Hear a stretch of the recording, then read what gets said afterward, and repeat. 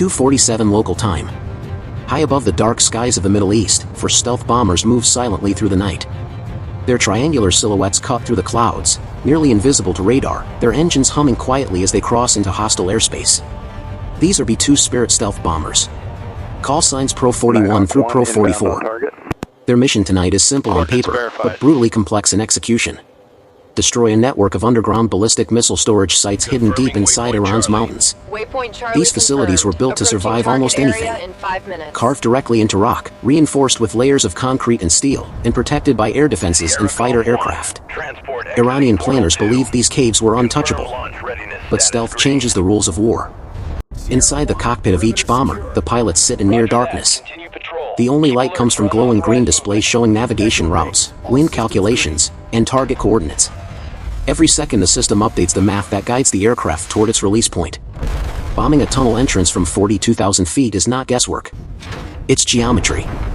Speed, altitude, wind direction, and timing must all align perfectly to place the weapons exactly where they need to fall. Hundreds of miles ahead, the target waits. A massive missile complex hidden inside a mountain range. 8 tunnel entrances cut into solid rock. 6 vertical launch shafts that allow ballistic missiles to fire directly upward through armored hatches. From the outside, it looks like an ordinary mountain. Inside, it is an arsenal capable of launching missiles across entire regions. But just as the bombers approach their attack corridor, something changes. 15 miles from the missile complex, an Iranian airbase suddenly comes alive. 2 MiG-29 fighters roll down the runway. Afterburners ignite. They are scrambling to intercept. For the B-2 crews, this is the nightmare scenario. A stealth bomber is not built for air combat. It carries no air-to-air missiles, no defensive weapons. Its only protection is invisibility. Imagine a billionaire walking through a dark alley wearing a tuxedo and carrying a suitcase full of money, completely unarmed, hoping no one notices. That is a B-2 facing enemy fighters. Iranian ground radar may struggle to see the stealth aircraft, but the MiG-29 carries something more dangerous. An infrared search and track system. IRST sensors don't care about radar cross-sections. They search for heat. And 4 jet engines pushing a massive bomber through the atmosphere create plenty of it. If the fighters get close enough, the stealth advantage disappears. But the bombers did not come alone. 2 stealth fighters detach from the formation and turn toward the incoming threat. F-22 Raptors. Call signs Viper 1 and Viper 2. At 60 miles distance, their radar already has both MiGs locked. The Iranian pilots still see nothing. To them, the sky looks empty. The Raptors accelerate. But the MiG pilots are experienced, and they know the terrain. Instead of climbing into open sky where the Raptors would have easy shots, they dive into the mountains. Narrow valleys. Rugged terrain. Radar clutter everywhere. Every time the fighters rise above a ridgeline, they appear on radar for only a few seconds before disappearing again behind stone and granite. It becomes a deadly game of hide and seek at supersonic speed. One of the Raptors fires. An AIM-120 missile streaks away, accelerating to Mach 4. But the MiG dives sharply into a canyon. The missile loses lock.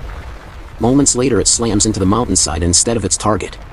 Meanwhile, the bombers continue forward. 70 miles from the target. 12 minutes to weapons release. Inside the cockpit, the mission commanders focus on the bomb run calculations. They cannot afford distraction. When the bomb bay doors open, the stealth bomber's radar signature increases dramatically. For 10 seconds the aircraft becomes visible to radar systems that normally could not detect it.